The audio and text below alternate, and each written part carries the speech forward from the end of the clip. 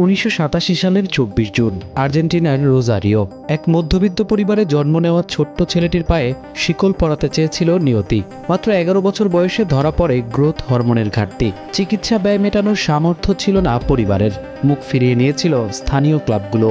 কিন্তু যার ভাগ্য বিধাতা স্বয়ং ফুটবল ঈশ্বর, তাকে থামায় কে? এক টুকরো ন্যাপকিন কাগজে লেখা হয় ফুটবল ইতিহাসের সবচেয়ে বিখ্যাত চুক্তি। ওখান থেকে শুরু রূপকথার গল্প। লামাজিয়া থেকে মূল দল, ক্যাম্প নূর সবুজ ঘাসে শুরু হয় এক অভূতপূর্ব রাজত্ব। ফুটবলকে রূপ দিলেন এক নান্দনিক শিল্পের, যা থেকে ৮টি ব্যালন ডিওর সেই মেসির পায়ের কাছে এসে লুটিয়ে পড়েছে অবলীলায়। কিন্তু নীল সাদা জার্সিতে মেসির যাত্রাটা ছিল কাঁটাতারে ঘেরা। বারবার ফাইনালে গিয়েও স্বপ্নভঙ্গ, কাঁদিয়েছে পুরো বিশ্বকে। তবে মহাকাব্যের শেষটা তো ট্র্যাজেডি হতে পারে না।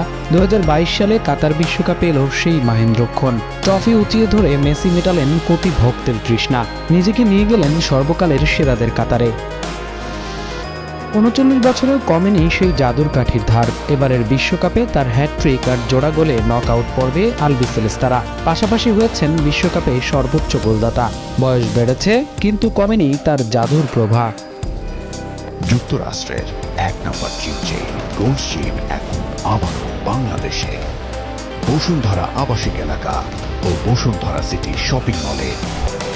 সংখ্যাটা হয়তো ৩৯, কিন্তু লিওনেল মেসি শিখিয়েছেন শিল্পীর কোনো বয়স হয় না। হয়তো এই বিশ্বমঞ্চেই শেষবারের মতো দেখা যাবে তার পায়ের জাদু। রোজারিও থেকে কাতার, তারপর আজকের এই মুহূর্ত।